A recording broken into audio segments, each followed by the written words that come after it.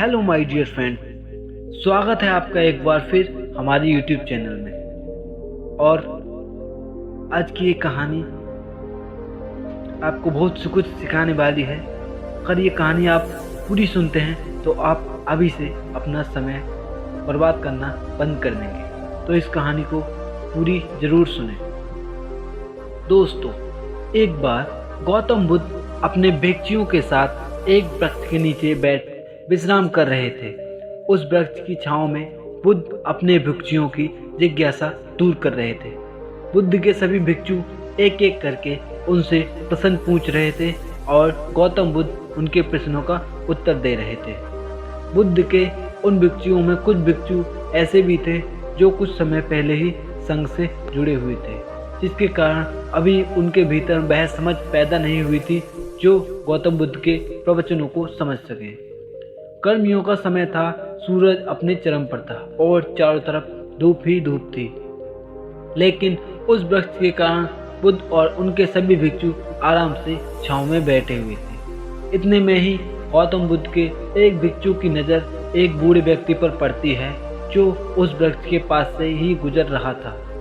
वह भिक्षु उस बूढ़े व्यक्ति को देखकर अचानक से ही हंसने लगता है।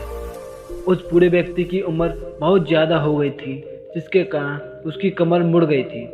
उस बूढ़े व्यक्ति के हाथ में एक डंडा था, जिसका सहारा लेकर वो बूढ़ा व्यक्ति अपनी मंजिल तक पहुंचने का प्रयास कर रहा था। उस बूढ़े व्यक्ति का शरीर केवल हड्डियों का ढांचा मात्र था। अपने भिक्षु को हंसते हुए देख बुद्ध उससे कहते हैं कि मेरी प्रिय भिक्षु, कृपया कर हंसो मत, क्योंकि जिस व्यक्ति को देखकर तुम अभी हंस रहे हो वो कोई साधारण व्यक्ति नहीं है, बल्कि वह व्यक्ति इसी क्षण तुम्हारे जीवन को परिवर्तित करने की क्षमता रखता है, जो आज तक मैं तुम्हें सिखा नहीं पाया।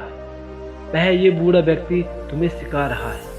इसके द्वारा दी गई सीख को बेकार न करो। बुद्ध की ये बात सुनकर वह भिक्षु बुद्ध से कहता है कि मुझे क्षमा करें बुद्ध, पर मुझे ये समझ नहीं आ रहा कि जो एक बूढ़ा व्यक्ति जो खुद अपने शरीर और अपनी बीमारियों से लाचार है वो मुझे क्या सिखा सकता है। फिर बुद्ध उस भिक्षु से कहते हैं कि ये बूढ़े व्यक्ति तुम्हें तुम्हारा भविष्य दिखा रहा है। जिस बुढ़ापे को और लाचारी को देखकर तुम अभी हंस रहे हो, वो बुढ़ापा और लाचारी तुम्हारे जीवन में भी आने वाली है।